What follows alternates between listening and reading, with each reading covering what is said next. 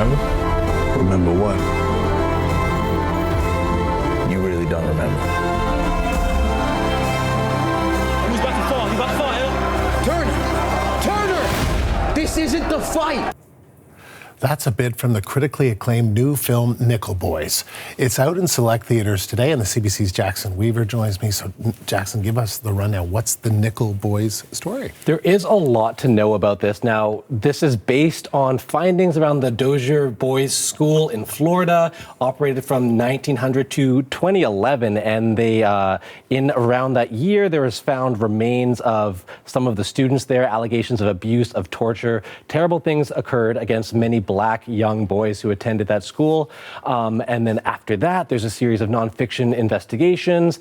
After that, there was a book, The Nickel Boys, by Colson Whitehead, a fictional story about these events that really did transpire, based around two characters, Elwood and Turner. And then following that, we've arrived at this film, Drop the Nickel Boys by RaMell Ross, a documentarian and a photographer who took his skills as a cinematography-focused person and made a first-person focused film. Now, you can see on the screen here, this camera is often from the perspective of the character, and that combined with a few other things are gaining this a lot of attention, critical commendation on an innovative way to tell a story. So maybe unpack that a little bit for us. What's so different about Nickel Boys? I mean, first and foremost, I mentioned it a little bit already, that first-person POV. This is something that RaMell Ross really dug into. Almost the entire movie is filmed in that sort of way. We see here, there's a camera-mounted rig that oftentimes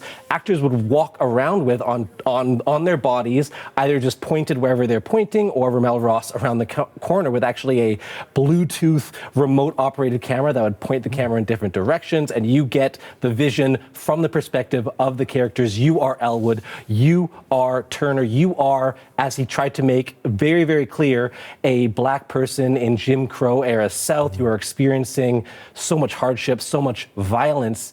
And that's another thing that's innovative about this film, is that in this book and in these nonfiction reports, of course, there were accounts of violence perpetrated against these young Black people, young Black men. The film RaMell Ross really wanted to make that evident, but in the reaction to it. He looked at how characters reacted to violence. He set up the violence that was going to occur and then looked away. A very intentional thing. We actually got to speak with Ross, and he told us why he did that. Take a listen to what he said. There's something about cinema which encourages overexposure. I think maybe because it's not us in the image, that we're willing to see the worst parts of others. I think that it's most interesting to let the characters exist and their violence exist in the imagination of the person who is watching, because then they're deeply tied to that character. Because the images are theirs, the images aren't the characters. Interesting. So how did this work for you? I mean, there's benefits and there are maybe negatives. The benefits are, this is a towering work of achievement. This made me think of We Charge Genocide. Back in 1950, the Civil Rights Congress charged the United States as perpetrating genocide against Black people, against the Negro people, and that they weren't necessarily trying to get an affirmation passed by the UN in that, but they were trying to get people's attention. This film reminds me of that. I think that this really does make you experience firsthand how it feels to be subjugated, persecuted. You are Elwood and Turner, these characters. Some of the negatives, they relate to this kind of first-person POV, in my opinion. When they were on set, Ingenue Ellis-Taylor, you see her in some shots there, she spoke about how it was difficult to connect to the actor she was on set with because she was talking to a camera. And then her character is trying to relate to Elwood, the character that she's kind of raising, and she doesn't really get to see him, so she feels a loneliness, a disconnect. It works for her character. The other characters, it does feel stilted. It feels like a little fake. It feels like they're performing to an audience almost in a theater.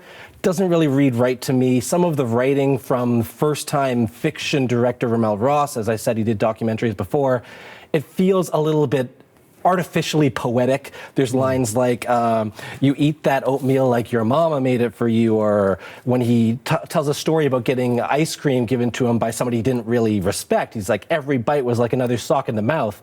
These are poetic, evocative lines, but they read as meant to impress maybe a workshop at an MFA class, in my opinion, more so than a really evocative dialogue.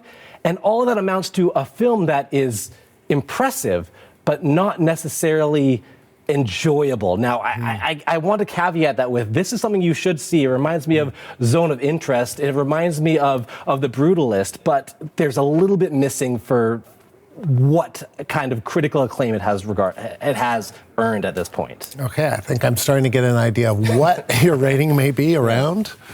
So the rating for me may be a little bit less than some other critics. I'd give it 3.5 out of 5. Again, this is something that is important to see. This is something that I'm glad exists. Not necessarily the best thing I've ever seen, let's say that. All right, Jackson, thank you. The CBC's Jackson Weaver.